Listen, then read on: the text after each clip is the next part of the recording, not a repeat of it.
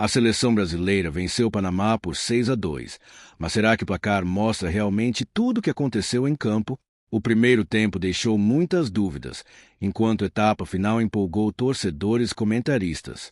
Felipe Melo, Denilson e Paulo Nunes analisaram os erros, os acertos, a mudança tática de Ancelotti e ainda debateram a situação de Neymar. Será que o craque deve voltar como titular absoluto ou começar a Copa no banco? Deixe sua opinião nos comentários e vamos para a análise. O primeiro tempo de fato preocupante, mas sem dúvida alguma o segundo tempo é o que coloca uma pulga atrás da orelha do treinador, né? Aí você vê o Brasil dominando o meio campo e em certos momentos, inclusive triangulando, jogando futebol bonito que a gente tá acostumado a ver. Então, Deduzo, que você consideraria muito mudar o esquema pra Copa do Mundo. Eu começaria de uma outra forma, sem dúvida alguma. E o segundo tempo, por exemplo, com o Igor Thiago, ele entrega algo que nenhum outro atacante entrega, que é você segurar essa bola, né? Exato. É você jogar essa bola na direção dele, ele botar ela no peito, ele sustentar e vem esse meio de campo se aproximando. O Igor te entrega isso. O que o Rafinha, jogando fora de posição, não entregou no primeiro tempo. Por isso que às vezes a bola batia e voltava. Modestamente, eu acho que o Neymar, dessa maneira que a seleção brasileira vem jogando, se o Neymar melhorar e vai melhorar, o Neymar vai jogar. Sabe, continuar dessa maneira vai sobrar pra ele. É o que eu penso. Luiz Henrique. Rafinha pra lá, Matheus, no lugar que o Rafinha jogou hoje, como você falou, e entra o Neymar. Pra ser titular. Pra ser titular. O Brasil goleia o Panamá por 6-2. E Felipe Melo e Denilson destacaram a atuação dos jogadores que entraram no segundo tempo e mudaram a partida. E não para por aí. Paulo Nunes também cravou o Neymar no time titular da seleção. Se liga aí no que eles disseram. O primeiro tempo de fato preocupante. Me preocupa até a segunda página, vai. O Brasil começou um jogo muito bom. Eu gosto de repente pegar as boas coisas que aconteceram. Claro que no primeiro tempo tiveram inúmeras coisas de preocupar, mas quando o Brasil pisou no acelerador, os primeiros minutos o Brasil fez gol, depois voltou a pisar no acelerador e fez o segundo gol também. Então assim, é claro que numa Copa do Mundo você não pode dormir ou não pode ficar sem pisar no acelerador durante tanto tempo, principalmente contra as seleções mais qualificadas, né? Mas sem dúvida alguma o segundo tempo é algo que coloca uma pulga atrás da orelha do treinador, né? E o Neymar foi ovacionado quando ele apareceu antes do jogo, e mesmo antes de aparecer já tinha gente cantando o nome do Neymar aqui no Maracanã. O Neymar é muito amado por todos, obviamente que tem as pessoas que criticam, mas penso eu que a maioria até das pessoas que criticam também gostariam que o Neymar, estão felizes que o Neymar foi convocado para a Copa do Mundo. O Neymar é um grande ídolo nacional, mundial, grande nome, por mais que não esteja no auge da sua carreira, é um grande nome. E é um cara que eu não tenho dúvida de que vai nos ajudar bastante. Hoje, esse carinho da torcida, mesmo que ele não tivesse entrado em campo, é importante para ele se sentir amado, sentir o carinho e também a responsabilidade que ele tem para trazer o Hexa para o nosso povo, para o Brasil, que a gente está precisando disso já tem tempo, né? O Vini, ele pisa no acelerador também, ele encara o adversário e dá uma chapada maravilhosa, 1-0. Eu falei, cara, vai ser para 5. Aí durou até uns 7 minutos, 8 minutos, depois o Panamá começou a ter posse de bola no campo de defesa do Brasil. Exato. Jogou a seleção para trás. Exatamente. Falei, gente, o que está acontecendo? Aí eles empataram o jogo e no final o Brasil pisou novamente no acelerador. Então, contra o Panamá, gente. Jogando no Maracanã para 72 mil pessoas. Você imagina o próprio Marrocos, que já é uma seleção mais forte, França, enfim, a Espanha, as seleções que já são mais fortes. Seria realmente algo trágico. É que o ajuste que eu acho que faltou na seleção brasileira no primeiro tempo era só a troca do Rafinha pelo Matheus Cunha. O Rafinha hoje ele foi o falso 9. O Rafinha não tem esse cacoete de falso 9. E muitas das vezes ele pegava a bola de costa e perdia essa bola. Confronto pelo alto, ele não ganhava, ele perdia essa bola. A bola batia e voltava. Eu acho que faltou pro Ancelotti essa leitura no primeiro tempo, porque o segundo foi um outro time. Só fazer o Matheus Cunha, você já tem mais esse cacoete de jogar de 9. Traz o Rafinha pro meio, que tem já a posição dele, que ele se sente confortável. No primeiro tempo, se ele faz esse ajuste, eu acho que o Panamá não ia ter tanta liberdade nesse setor do meio de campo. Até porque, quando eu falo do 4-2-4, André, não que não possa jogar, pode jogar. Não ter dificuldade com o Panamá, com todo o respeito. É isso, a questão é essa. Então, a questão é essa. Não é que você não possa jogar com 4-2-4. Em algum momento de um jogo, ele vai utilizar. Mas quando você joga no 4-2-4, essa pressão alta, ela tem que ser sempre. Porque se essa bola é quebrada, quebra a primeira, a segunda linha, vai estourar lá atrás. E você correndo para trás é um problema. Ainda mais enfrentando seleções de qualidade para achar um passe, para achar nas costas do zagueiro. É essa a questão. O Vini volta. O Vini não volta para marcar. Então, até porque ele vem por dentro. Se você faz um 4-2-4, você tem que ter atacantes que voltam para marcar. Quem estava fazendo essa função, obviamente, de voltar para marcar mais, foi o Matheus Cunha. De repente, por isso, ele colocou o Matheus Cunha nessa função, porque o Matheus Cunha, até no Manchester, ele ajuda a marcar muito mais que propriamente o Rafinha no Barcelona. Então, de repente, ele fez isso ali por isso. Agora, eu falei já antes mesmo, de algumas semanas atrás, não lembro se no seleção ou no próprio fechamento, que eu gosto de colocar um tripé de meio campo. Sabe, que você reforça o meio campo e obviamente que o ataque de repente os atacantes não vão precisar voltar tanto, um ou outro não vai voltar Não tanto se para marcar. desgasta tanto. Exatamente. Ou seja, foi o que aconteceu no segundo tempo. O segundo... Isso. Foi o que aconteceu no segundo Eu ia tempo. falar. Aí você vê um Brasil dominando o meio campo e em certos momentos, inclusive triangulando, jogando futebol bonito que a gente está acostumado a ver. Então eu Mas deduzo que você consideraria muito mudar o esquema para a Copa do Mundo. Eu começaria Eu também. de uma outra forma, Eu sem também. dúvida alguma. Eu falei isso aqui antes, sobre o meio campo. E aí, quando você fala do segundo tempo também, a gente tem que lembrar que eram 3, vou repetir o que eu falei no começo, 3 cavalos.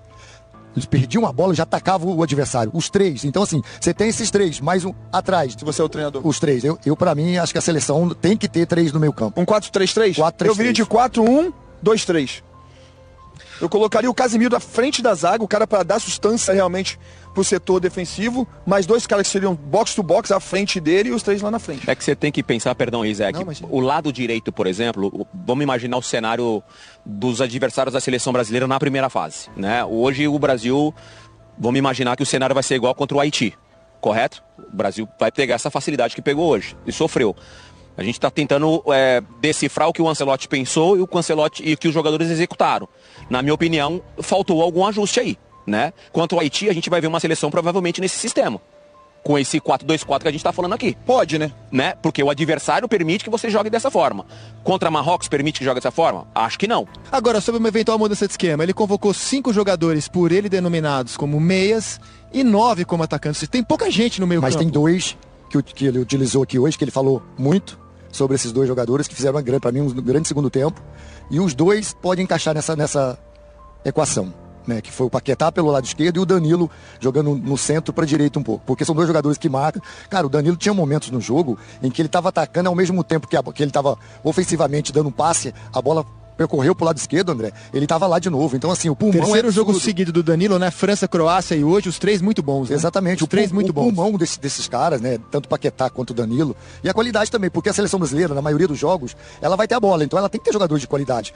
Agora, sem a bola, é um problema. E aí essa questão do Ancelotti, agora ele vai pensar, esse amistoso é bom pra isso, né? Ele não estava pensando tanto. Agora ele vai para os Estados Unidos já com essa pulga. Cara, tanto não tava, você olha a convocação, são 5 no meio e 9 atacantes. Então, assim, o plano dele é o plano que ele vem tentando jogar mesmo, cara, com os 4 na frente. E o segundo tempo, por exemplo, com o Igor Thiago, ele entrega algo que nenhum outro atacante entrega, que é você segurar essa bola, né? Exato. É você jogar essa bola na direção dele, ele botar ela no peito e ele sustentar e vem esse meio de campo se aproximando. O Igor te entrega isso.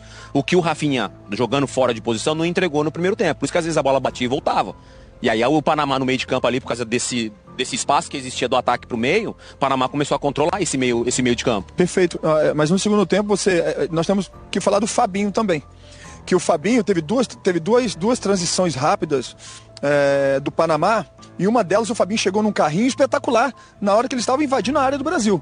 Então, assim, aquilo que nós falamos aqui do 4-3-3, de repente, do 4-1-4-2-1-3, do Fabinho estar na frente da zaga, como é o Casemiro, e aquele duo de meio campo que era o Danilo e o Paquetá. Isso fez uma diferença. E 3, como o Paulo Nunes falou, 3 cavalos na frente, né? Como é que você vê a situação dessa rapaziada que, em princípio, começa a Copa no banco? Eu acho, Rizek, importantíssimo o cara entender o que ele pode entregar dentro do elenco. Acho que isso é o primeiro papel.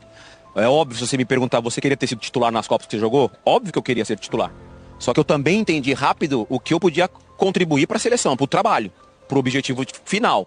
Se esses jogadores que estamos citando aqui, Hendrick, Danilo Santos, Igor Thiago, Ryan, óbvio que eles têm condições de serem titulares dessa seleção brasileira. Mas aos olhos, de repente, do Ancelotti, é essa opção para o segundo tempo. É mudar o cenário de um segundo tempo. Eles precisam entender onde eles podem contribuir. E eu acho que eles estão entendendo. O amistoso hoje. O amistoso, se não ganha aqui, o Brasil ia sair vaiado. Felizmente o Brasil no segundo tempo deu uma resposta muito positiva. E esses jogadores, eles mudaram. O único jogador que eu vejo hoje com possibilidades claras de mudar essa cabeça do Ancelotti para ser titular é o Danilo Santos no lugar do Bruno Guimarães. Eu acho que ele entrega uma dinâmica. O Bruno Guimarães é muito bom jogador, tá? E para ser um terceiro de meio campo, mudando o esquema?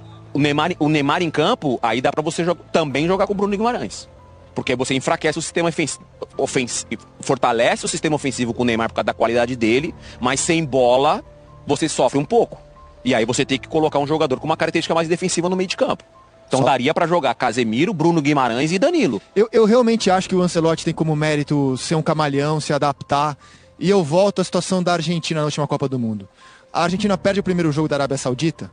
E depois dessa derrota, todo jogo passou a ser eliminatório, porque se ela perdesse o segundo jogo já pro México, ela estava eliminada. Todo jogo da Argentina na Copa passou a ser eliminatório. E aí o Scaloni vai não só mudando o time, mas mudando o esquema também, de acordo com os adversários. Então chegou a jogar com 3 zagueiros, com 4 no meio, com 3 no ataque. Ele foi adaptando a Argentina a cada adversário. Eu acho que isso perfeitamente pode acontecer com o Brasil também. O Ancelotti não tem esse perfil, né? A gente não sabe em Copa do Mundo, é a primeira em Copa dele, do Mundo né? não, mas assim, nos clubes onde ele passou, eu lembro dele mudar. Ele basicamente variava de 4-3-3 para 4-4-2. No que ele conhece, no que ele entende. E a respeito dessa questão dos meias, né? E eu tô com o Dena, eu acho que para mim o Danilo ele é essencial nesse meio campo da seleção brasileira. Aí tem um ponto, né? Tem o Neymar ainda pela frente. E aí, meu amigo, é outra questão. Assim, o jogo, o Luiz Henrique, ele já se demonstrou que é um jogador que merece muito estar na seleção brasileira. Isso foi merecimento, tudo que ele fez, todas as vezes que ele entrou. Mas às vezes que ele começou o jogo, ele não foi tão bem. Hoje ele fez um jogo discreto. O Luiz totalmente discreto. Bem discreto. Bem discreto. Ele não pegou uma bola hoje. Foi pra dentro, tempo, né? E foi pra dentro do jeito que ele tá acostumado a fazer quando entra ao decorrer do jogo. Então assim, isso mostra até agora que ele fica mais confortável entrando no segundo tempo. E tem isso no futebol. Isso existe. Então, assim, é uma possibilidade já do treinador também já analisar isso, né? E aí você ganha mais uma força ainda no banco para mudar o jogo, porque quando ele entra diferente mesmo. Ele é como é o Endrick, como é o Ryan. E aí abre mais um espaço. Porque assim, modestamente, eu acho que o Neymar, dessa maneira que a seleção brasileira vem jogando, se o Neymar melhorar e vai melhorar, o Neymar vai jogar. Sabe, continuar dessa maneira vai sobrar para ele. É o que eu penso. Luiz Henrique. Rafinha pra lá, Matheus no lugar que o Rafinha jogou hoje, como você falou, e entra o Neymar. Pra ser titular. Pra ser titular. É uma possibilidade. Eu não penso que o Neymar vai começar a Copa como titular pela parte física, como ele está hoje. Então vai treinar.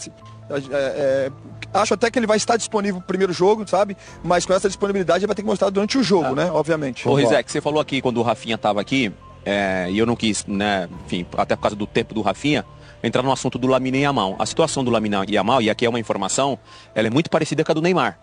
Olhando para o segundo jogo da fase de grupos. A Espanha olha para o Lamine Yamal com ele pronto pro segundo jogo, que é um cenário parecido que a gente está vivendo com o Neymar aqui. Que você tinha comentado, né? Que tem uma diferença, que o Lamine Yamal jogou todo o ciclo de titular absoluto, né? Ele é um titular estabelecido no time. O Neymar nunca jogou com o Ancelotti ainda, embora seja o Neymar e o a idade também, né? Só para fazer essa situação em relação à lesão do momento que o Neymar vive agora. Eles tiveram o mesmo tratamento. Nem se compara. Eu entendi o seu ponto. E aí, torcedor, qual é a sua opinião? A goleada por 6-2 mostrou uma seleção brasileira pronta para os grandes desafios ou ainda existem problemas que precisam ser corrigidos antes da Copa do Mundo? Você concorda que o time rende melhor com 3 jogadores no meio-campo? Neymar deve voltar como titular absoluto quando estiver 100% fisicamente ou precisa conquistar seu espaço aos poucos? Deixe sua opinião aqui nos comentários, porque quero saber o que você pensa sobre o futuro da seleção. Se gostou do vídeo, deixe o like, compartilhe com os amigos e se inscreva no canal para não perder nenhuma notícia, análise e bastidor do futebol brasileiro.